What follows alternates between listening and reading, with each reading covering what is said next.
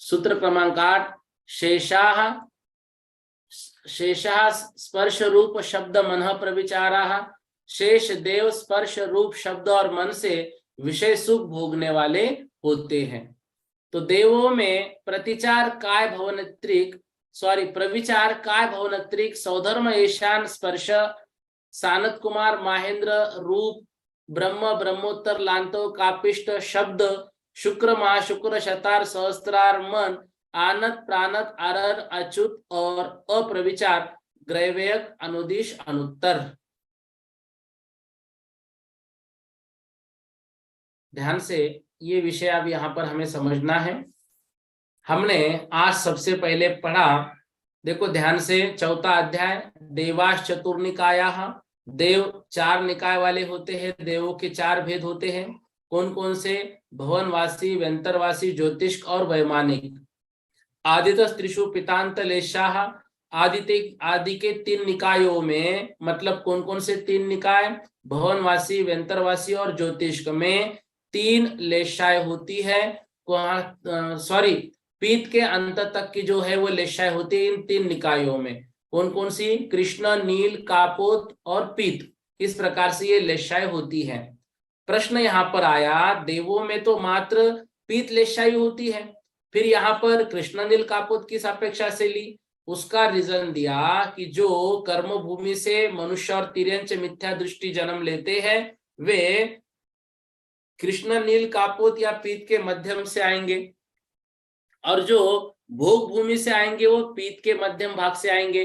तो अपर्याप्त अवस्था में उनकी वो लेशाएं कायम रहेंगी। ठीक है ना? आदित्य त्रिशूल पितांत लेशाः। फिर हमने अगला सूत्र पढ़ा, दशाष्ट पंच द्वादश विकल्पाः कल्पोपपन्न पर्यंताः।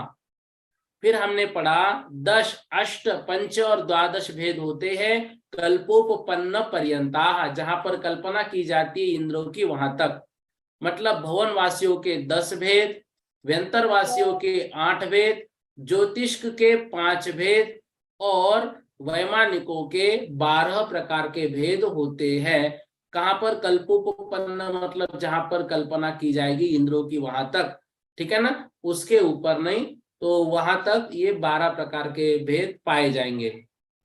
फिर बताया इंद्र सामानिक त्रायस्त्रिंश पारिषदात्म रक्ष लोक पालानिक प्रकीर्ण का अभियोग्य किलबिशिका चैकशः। इंद्र सामानिक त्रायस्त्रिंश पारिषद आत्मरक्ष लोकपाल, ये अनिक, अभियोग्य अनिक और प्रकीर्ण किलबिशक, ये जो भेद है ये 10 भेद सामान्य रूप से सभी के होते हैं। तो इसकी व्याख्या करते हुए उन्होंने बताया था कि जो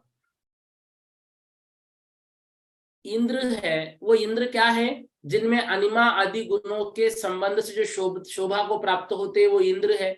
फिर सामानिक के विषय में उन्होंने बताया कि आज्ञा और ऐश्वर्य के सिवा स्थान, आयु, वीर्य, परिवार, भोग, उपभोग जिनमें इंद्र के समान है, बस आज्ञा ऐश्वर्य नहीं है, वो सामानिक है।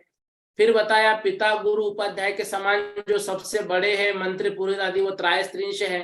ये 33 होते इसलिए इनको त्रायस्त्रिंश कहा। फिर बताया जो सभा में मित्र और प्रेमी जनों के समान है वो पारिषद है। अंग रक्ष के समान है वो आत्मरक्ष है। जो रक्षक के समान अर्थचर है वो लोकपाल है। यहाँ सेना और उसी प्रकार 7 प्रकार के पैदल जो सेना है वो अनिक कहलाते हैं। फिर बताया कि गांव और शहरों में रहने वाले के समान है वो प्रकीर्णक कहलाते हैं। दास के समान वाहन आदि कर्म में प्रवृत्त है वो अभियोग्य है, मतलब इंद्रों के विमान आदि को यही खींचते हैं, यही घोड़े बनते हैं, यही हाथी बनते हैं। जो सीमा के पास रहने वाले हैं, मतलब नगर से बाहर, वो किलबिशक कहलाते। किलबिशक का अर्थ होता है पाप, और जो पाप मतलब जिनके पास बहुलता है पाप की, उसको किलबिशक कहते हैं उनको। ठीक है ना। इस तरह से इस सूत्र में पढ़ा, तो ये सभी की व्याख्या इसमें की हुई है। फिर हमने पढ़ा त्रायस्त्रिंश लोकपाल वर्जा व्यंतर ज्योतिष का। व्यंतर और ज्योतिषों में त्रायस्त्रिंश और लोकपाल ये 2 भेद नहीं होते हैं, इनके अलावा शेष 8 भेद इनमें होते हैं। इस बात को यहाँ पर लिया। फिर 6वें सूत्र में पढ़ा पूर्वयोर द्विइंद्रा। पहले 2 निकायों में 2-2 इंद्र होते हैं। कौन कौन से? भवनवासी और व्यंतर में, इनमें 2-2 इंद्र होते हैं। फिर इन सभी निकायों में जो 2-2 इंद्र होते हैं, उन 2-2 इंद्रों के नाम भी इस 6ठे सूत्र के व्याख्या में दिए हुए हैं। ठीक है ना। तो सभी के 2-2 इंद्रों के नाम भी इसमें आए हुए हैं। निवेदन है आप सभी इसको एक बार पढ़ लेना, सभी इंद्रों के नाम जो आए हैं। तो जैसे भवनवासियों में असुरों के चमन और वैरोचन, नागकुमार के धर्रन, भूतानंद आदि, ये सारे भेद जो है सर्वार सिद्धि में उनके नाम आए हैं। फिर 7वां सूत्र हमने पढ़ा काय प्रविचारा अऐशानात। ऐशान स्वर्ग तक काय प्रविचार अर्थात शरीर से विषय सुख भोगा जाता है। तो मैथुन के द्वारा उपसेवन को प्रविचार कहते हैं। जिनका काय से प्रविचार है वो काय प्रविचार वाले कहे जाते हैं। कहां तक काय से प्रविचार की व्याप्ति, इस बात को बतलाने के लिए सूत्र में आंग निर्देश किया है। तो संदेह ना हो इसलिए ऐशानात इस प्रकार संधि के बिना निर्देश किया है। तात्पर्य यह है कि ऐशान स्वर्ग पर्यंत ये भवनवासी आदि देव संक्लिष्ट कर्म वाले होने के कारण मनुष्यों के समान स्त्री विषयक सुख का अनुभव करते हैं। पूर्वोक्त सूत्र में काय से प्रविचार की मर्यादा कर दी है, इसलिए इतर देवों के सुख का विभाग नहीं ज्ञात होता। इसके प्रतिपादन के लिए आगे का सूत्र कहते हैं। आगे का सूत्र उन्होंने कहा शेषा स्पर्श रूप शब्द मन प्रविचारा। शेष देवों में स्पर्श रूप शब्द और मन से विषय सुख भोगा जाता है। तो फिर देवों में प्रविचार का विषय जब करेंगे तो काय मतलब शरीर से प्रविचार कहां पर होता है? भवनत्रिक मतलब भवनवासी व्यंतरवासी ज्योतिष्क में, और वैमानिक देवों में सौधर्म ईशान स्वर्ग तक।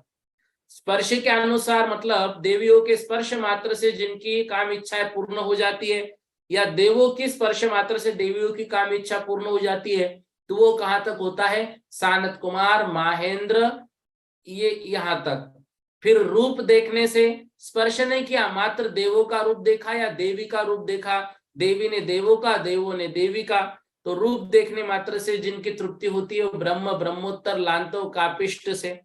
शब्द सुनने मात्र से, देव देवी का शब्द सुनने मात्र से शुक्र, महाशुक्र, शतार, सहस्त्रार, इनका मतलब यहाँ तक का जो है वो प्रविचार उनका हो जाता है। शब्द मतलब देव देवियों के शब्द, इसी के साथ साथ उनके गहनों की भी जो आवाज आती है उसको सुनने मात्र से भी इनका प्रविचार पूर्ण हो जाता है। मन में भाव आने से आनत, प्राणत, आरन, अच्युत, यहाँ के जो स्वर्ग है इनमें मन में भाव आने से ही इनका प्रविचार पूर्ण हो जाता है, देव देवी का मन में विचार करने मात्र से। और ग्रैवेक, अनुदिश और अनुत्तर अप्रविचार मतलब ये प्रविचार रहित होते हैं। व्याख्या देखो, पहले जिन देवों का प्रविचार कहा है उनसे अतिरिक्त देवों के ग्रहण करने के लिए शेष पद ग्रहण किया है। शंका, उक्त देवों से अवशिष्ट और कौन देव है? समाधान, कल्पवासी। यहाँ स्पर्श रूप शब्द और मन इनका परस्पर द्वंद्व समास करके अनंतर प्रविचार शब्द के साथ किया है। शंका, इनमें से किन देवों के कौन सा प्रविचार है, इसका संबंध कैसे करना चाहिए? इसका संबंध जिस प्रकार आर्ष में विरोध ना आवे उस प्रकार कर लेना चाहिए, आगम में उसका विरोध ना हो। शंका, पुनः प्रविचार शब्द का ग्रहण किस लिए किया? समाधान, इष्ट अर्थ का ज्ञान कराने के लिए, हमें सटीक अर्थ का ज्ञान हो जाए इसलिए।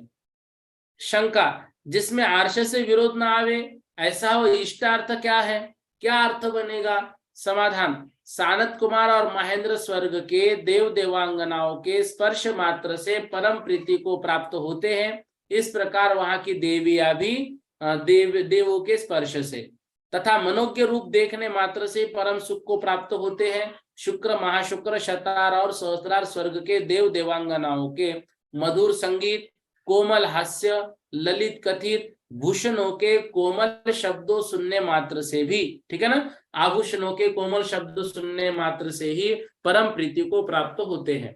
तथा आनत प्राणत आरन और अच्युत कल्प के देव अपनी अपनी देवांगना का मन में संकल्प करने मात्र से ही परम सुख को प्राप्त होते हैं। अब आगे के देवों का किस प्रकार का सुख है, ऐसा प्रश्न करने पर उसका निश्चय करने के लिए आगे का सूत्र कहते हैं। 9वां सूत्र, परे अप्रविचाराः। परे अप्रविचाराः क्या कह रहे हैं, बाकी के जो सब देव है वो अप्रविचाराः, वे विषय सुख को भोगते नहीं हैं।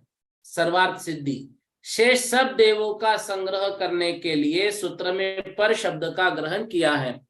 परम सुख का ज्ञान कराने के लिए अप्रविचार पद का ग्रहण किया है। प्रविचार वेदना का प्रतिकार मात्र है, इसके अभाव में उनके सदा परम सुख पाया जाता है।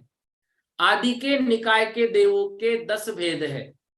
अब उनकी सामान्य और विशेष संज्ञा ज्ञान कराने के लिए आगे का सूत्र कहते हैं। कल्पातीत प्रवेकादिवासी देव प्रविचार से रहित है।